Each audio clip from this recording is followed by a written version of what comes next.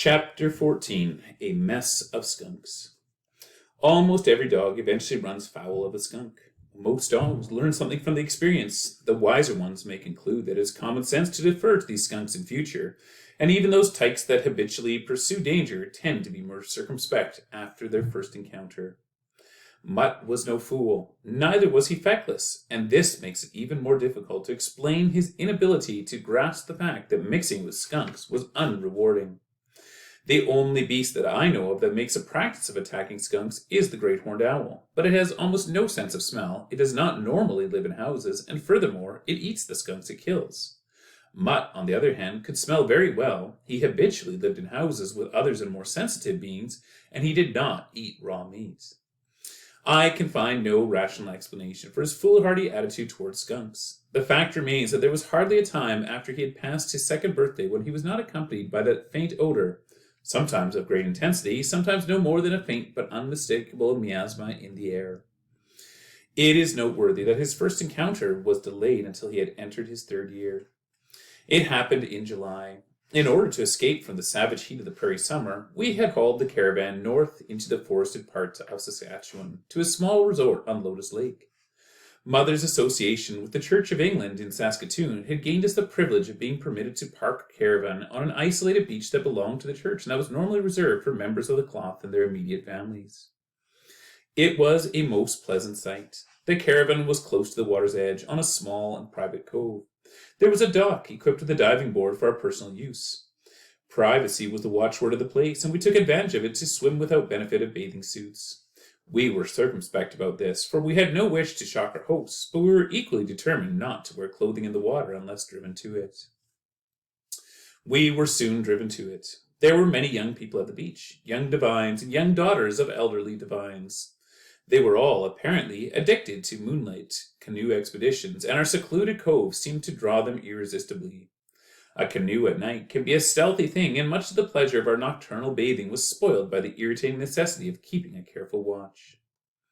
My parents felt this irritation more than did Mutt or I. Mutt had nothing to hide in any case, and I had almost as little to worry about it, for I was only 12 years old. My parents began to forego the pleasures of the unclothed evening swim, but Mutt and I were more resolute. Mutt was a fine swimmer, and he greatly enjoyed diving. He actually preferred to go in off the board. It was a remarkable thing to see him bouncing slowly up and down at the end of the plank, gaining momentum for his leap. One evening, he and I left the caravan, with Mutt well in the lead. By the time I reached the shore, Mutt was halfway out the plank, and it was then too late for me to do anything but watch. The diving board was already occupied. A skunk was lying at the tip of it, dreamily staring down to the moonlit waters of the schools of plump little rock bass that flickered back and forth. Innocent as he then was, Mutt nevertheless showed incredible obtuseness. The first intimation of this curious weakness that was to become so painfully familiar to us in the future. He made no effort to investigate the skunk. He simply lowered his head, flung his ears back out of his eyes, and charged. The skunk's defensive blast caught Mutt from a range of no more than 3 feet, and deflected him to one side so that he ran off into space with considerable momentum and hit the water a good distance from the dock. I think that he must have actually gone right over the canoe, for when he surfaced, screaming with pain and outrage and lashing the water blindly, it was the seaward side of the canoe that his paws encountered. I had not been aware of the canoe until then, but neither I nor any other resident of that section of the beach was left long in ignorance of its proximity. Mutt's effort to scramble aboard completed the discomfiture of a young couple who had already reaped the wind. The young man, who was a clergyman-to-be, showed a nobility of soul commensurate with his vocation, but the young lady, who was daughter of a vicar, and she ran true to type. Her language was not churchly, and though I had spent much time among the tough boys who lived on the wrong side of the tracks in Saskatoon, I was impressed by this girl's virtuosity. Our annoyance with Mutt was tempered by a degree of gratitude, for during the remainder of our stay at Lotus Lake, we were untroubled by young love under the moon. Our little bay had acquired a hard name locally. We had our period of grace, for after this first encounter, Mutt and skunks became almost inseparable. There was a brief surcease for us during the heart of winter, but with the first spring days and the emerging of skunks from semi-hibernation, we took up our cross once more. There seemed to make no difference where we might be in the geographical sense. On one occasion, we welcomed spring in an area where no skunk had been reported for 30 years. There were skunks that spring, so many of them that the locals marveled and spoke in hushed voices of a visitation. Mutt's popularity was endangered by this affinity for skunks. There were people who may have wished in their hearts Mutt had never been. Foremost among them must have been the undertaker's assistant in Happy Home Cemetery on a June day in 1939. Happy Home lies in the heart of metropolitan Toronto and is isolated from the nearest wilderness by miles of asphalt desert. Yet it is very green, and in the spring, at least, lovely with birdsong. It is well named, for with its trees and brooks it is an oasis in the grey desolation of a city. Almost anyone could be happy there. Certainly Mutt and I found it a happy place, for it was our retreat during the blighted year we lived in Toronto. We spent many hours in Happy Home, looking for birds or simply meandering among the willow trees. We harbored the dream that someday we would encounter another exile like ourselves, a pheasant or perhaps a rabbit. The June day of which I write was one of sweltering heat, such as only the perspiring body of a great city can generate. Mutt and I had fled to Happy Home, where we wandered among the acres of gleaming headstones and imagined that each concealed the burrow of a gopher. We had often thought of gophers, always with a sense of sad regret, and if we mentally populated Happy Home with the little rodents, we meant no disrespect.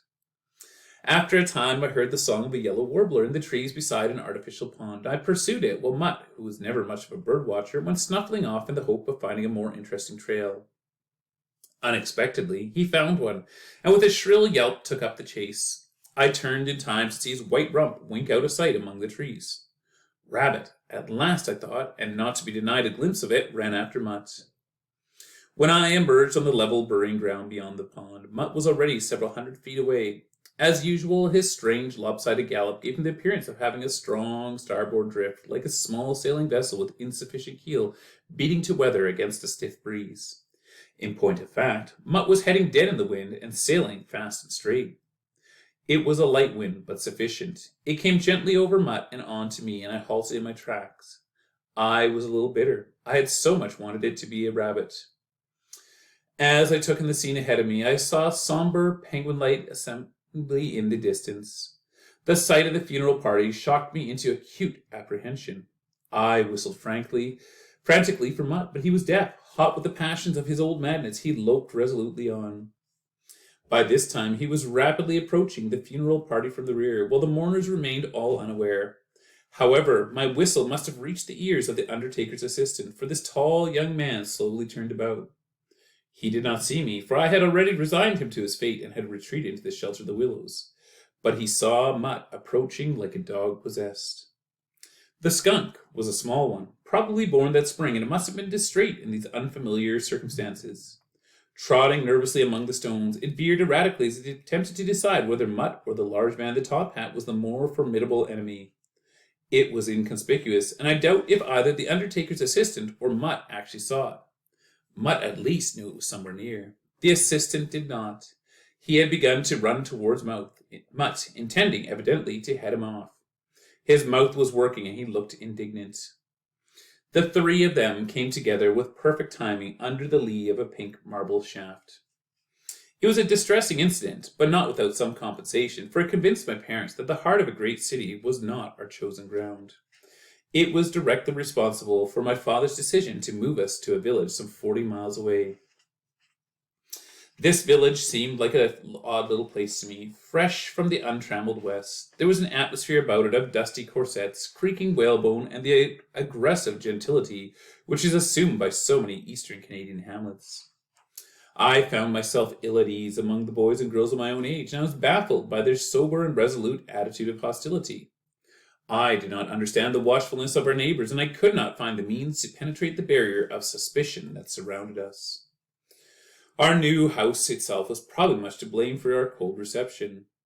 Its previous tenant was a sculptor who had little talent for art, but who concealed this deficiency by being pugnaciously and preposterously modernist.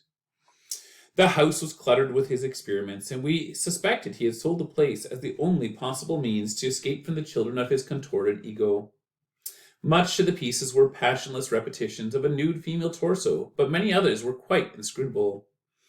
I recall one piece in particular. It was a wood carving that resembled nothing quite so much as a bicycle wheel that had been savaged by a determined railroad locomotive. It was called Holes in the Soul. For some reason it irritated Mutt, and when we had banished it to the backyard, he would stand and stare at it by the hour with his teeth bared slightly in a grimace of distaste.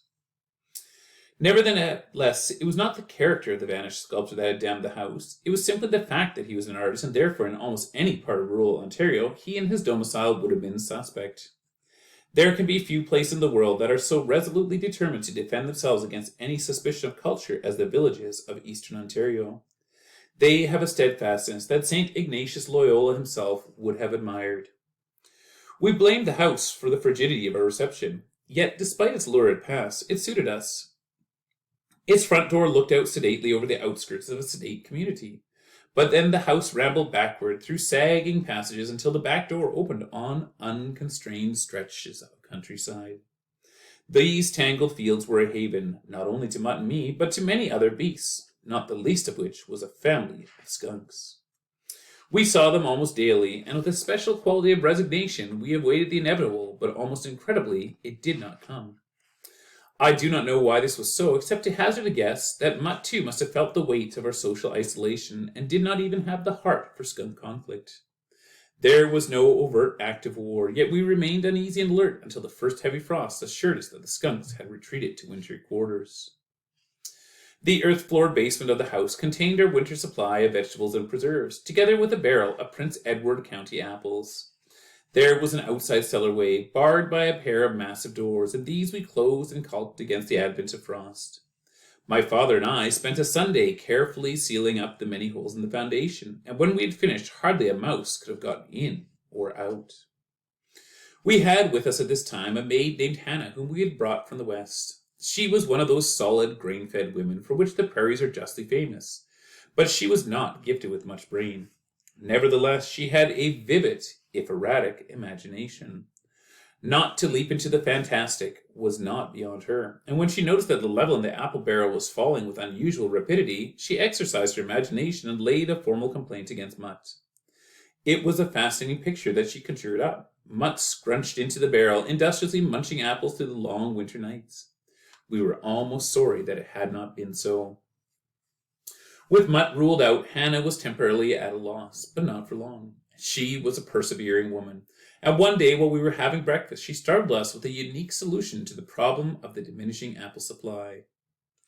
She was handing Father his plate of oatmeal, and with it she volunteered the information that them goats is at half all them apples up.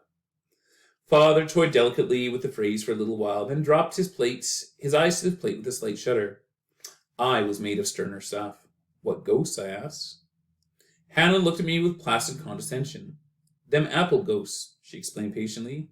He's et about half of them apples he got from Prince Henry's house and just kind of lays the cores around.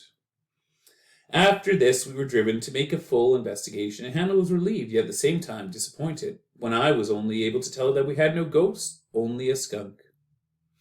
He was a mild-mannered fellow who must have led an unexceptional life up until the time he got himself locked up for the winter in our cellar, for there was no odor clinging to his fur. He was under the preserve cabinet when the beam of my flashlight found him. He showed no resentment, but only blinked his eyes and ducked his head in an apologetic sort of way, neither frightened nor aggressive. He must have long since assumed that we meant him no harm. For a few days we were foolish enough to consider ways and means of removing him.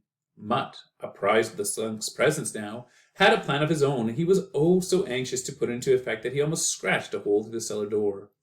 We did not trust his discretion.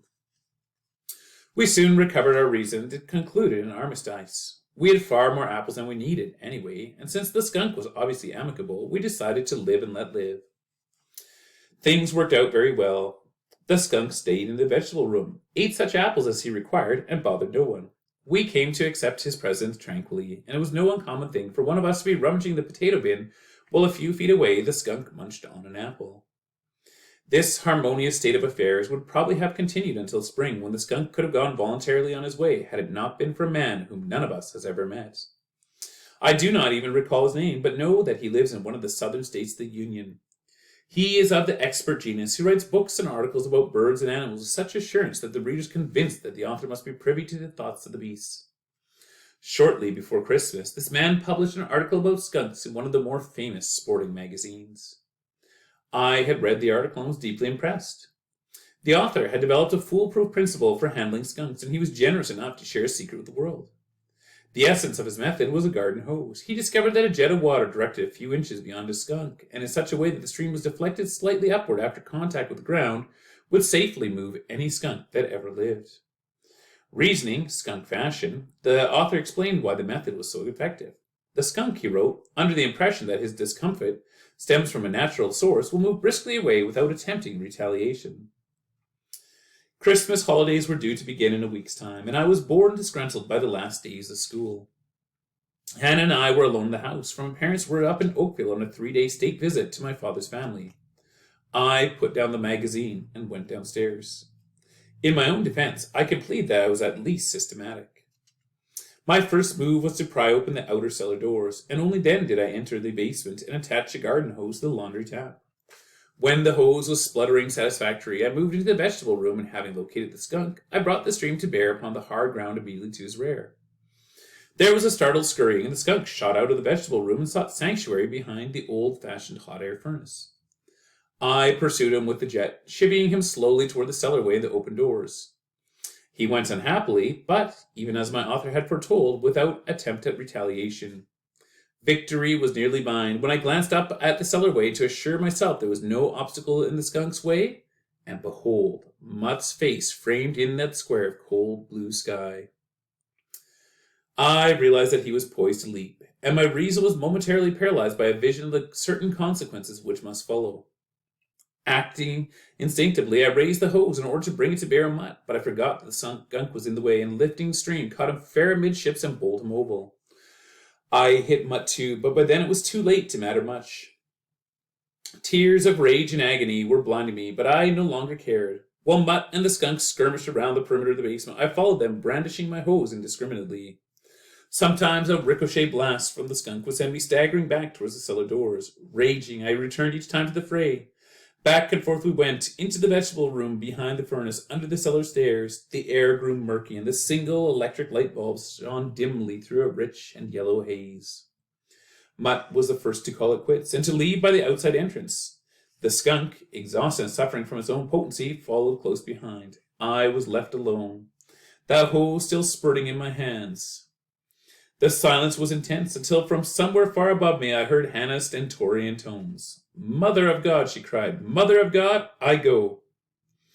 In the event, Hannah did not go, but only because we were so far from Saskatchewan she had no idea which way her lost home lay. There was no escape for any of us. There was misery in that house for a long time. Despite the bitterness of the weather, the furnace had to be turned off, since it sucked up tangible fumes from the basement and circulated them freely. Even with all the windows and doors wide to the winter winds, the basement remained a haunted place. The skunk oil, mixed with the water, had permeated the dirt floor so deeply that I doubt even yet it has entirely passed away. As for our neighbors, far from rallying to us in time of need, they drew yet further off. One of them was overheard to express the opinions of them all. "What else can you expect," she said with smug complacency, "from people who would live in a place like that?" It was clear that skunks and culture were inextricably bound up together in her mind. My parents did not punish me directly. Instead, they insisted I go back to school on the day after the event. I pleaded for mercy, but to no avail. I went off, very slowly with bowed head. It was a frigid day, and the school was overheated. Before the opening exercises ending, there was not an occupied desk within 5 feet of me. I sat on a self-conscious island of misery until at last the teacher, Miss Leatherbottom was her name, called me forward and handed me a note. It was succinct. "Go home," it said. The humiliation of that experience was a heavy load to bear, yet it was as nothing to the spiritual torment inflicted on me a few years later by Mutt and his passion for skunks. My maternal grandparents owned a cottage and a lake in the remote highlands of Quebec, and here the family was accustomed to foregather in the summer months. It is a place of pleasant memory on the whole, for it was free of the horrors of most summer resorts. There were no thundering outboard motors, piloted by fat and foolish men, hell-bent at 50 miles an hour for nowhere. There were no rows of shoddy matchbox cottages clustered cheek by jowls along the shores, the sylvan counterpart of city slums. Instead, there was a single, unobtrusive log house, in an almost more unobtrusive boathouse and sleeping cabin combined, and then nothing but the ancient hills, black shrouded in their forests, overlooking and solacing the waters of the lake. For Mutt and me, it was a blessed place after the horrors of Toronto, and the almost equal horrors of the Ontario village. It was also the scene of my first love. The girl was the daughter of a wealthy doctor who owned a cottage on a nearby lake. She was not so insensible to me, and she showed some taste for poetry, which in those days was my chief interest. I wrote verse of a somewhat melancholy vein, and she would listen patiently while I declaimed it. I recall one passage that seemed particularly to move her. It concerned the fate of an abandoned lover, and one verse went like this. Still his unseeing, dull and lidless stare earnestly scans the long blue upper air. A corpse's gave, save where a clinging fly scuffs busily across the sunken eye. I thought it was effective, and so did the young lady. Great things might have resulted from our association had it not been cruelly terminated within a week. Each Saturday there was a dance in the nearby village, and I had arranged to take my girl to one of these affairs. The explosion of a summer thunderstorm on the Friday night before the dance did not distress me as I lay abed dreaming my dreams. Yet that storm had a shattering effect upon my life. In its first wild rush, it uprooted and toppled a magnificent old pine that had stood for 200 or more years not far from the old house. In its fall, the old tree uncovered a family of skunks who had sought their burrow beneath its roots. The skunks immediately sought other shelter and found it under the floor of the cabin, where a space had been left open for ventilation purposes. Unfortunately, Mutt, whose fear for thunderstorms was still pathogenic, had long since occupied the sanctuary, and there was hardly room for all the new arrivals. My parents and grandparents were sitting by the open fire when the old tree came down. Grandmother, who always tended to take acts of God as personal affronts, was outraged. She began to pace up and down the room, peering out of the wreckage as she passed the window, and she made a little speech. "I refuse," she cried. "Absolutely refuse to plant another tree. What point is there when they just blow down again?" Grandfather wisely let this pass, but my parents were still trying to digest it all when four of them became aware of a new sound of natural discord. From below their feet came a strange and muffled scuttling noises. Some snorts, a muted growl or two, and a weird sort of chattering. Grandmother, who was seldom at a loss, was mystified. She pounded on the floor with her foot and cried out, "Now what's all that about?" The floorboards were not tight. There was no subfloor, and Grandmother got her answer. With a callous indifference that I still find hard to forgive, my four elders promptly evacuated the house to seek shelter in the sleeping cabin by the lake. They left me to my fate. I awoke soon afterwards.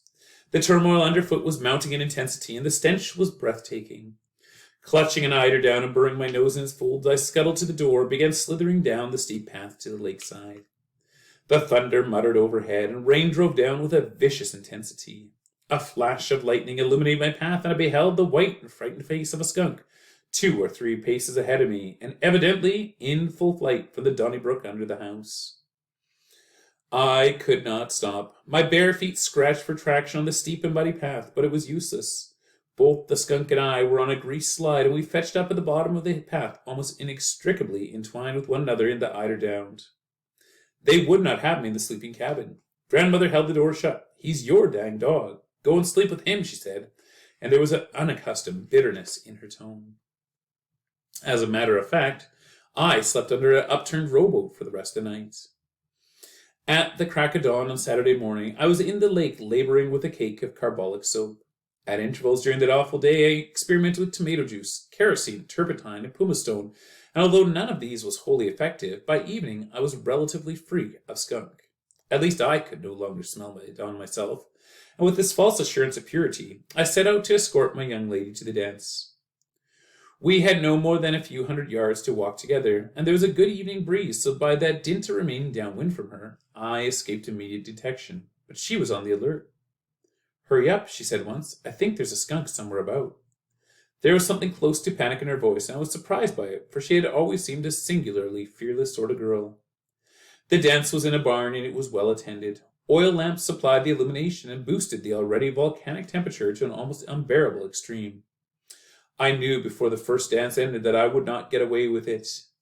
Yet by dint of refusing to sit out any dances, and by moving very quickly through the press, I kept the finger of suspicion from pointing directly at me.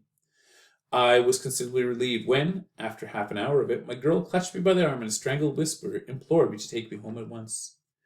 She kept peering at all the other dancers, but there was a stricken look about her. Once out of doors, I felt that I should confess my guilt. My lady had a sense of humor, and I was sure that she would be amused by the affair. We paused on the path outside her cottage, and I told her all. She gasped, turned from me, and then ran as if pursued by all the fiends of hell. And never to this day have I looked upon her face again. It was her older brother who explained. I met him at the local general store one day and insisted that he tell me why his sister would no longer receive me. He laughed heartily. You don't know? He asked, and it was a stupid question, for how could I have known? Oh, but this is rich. If skunks stink, he cried out when he could master his mirth, Jane's allergic to it. It makes her break out in hives all over, and they last a month.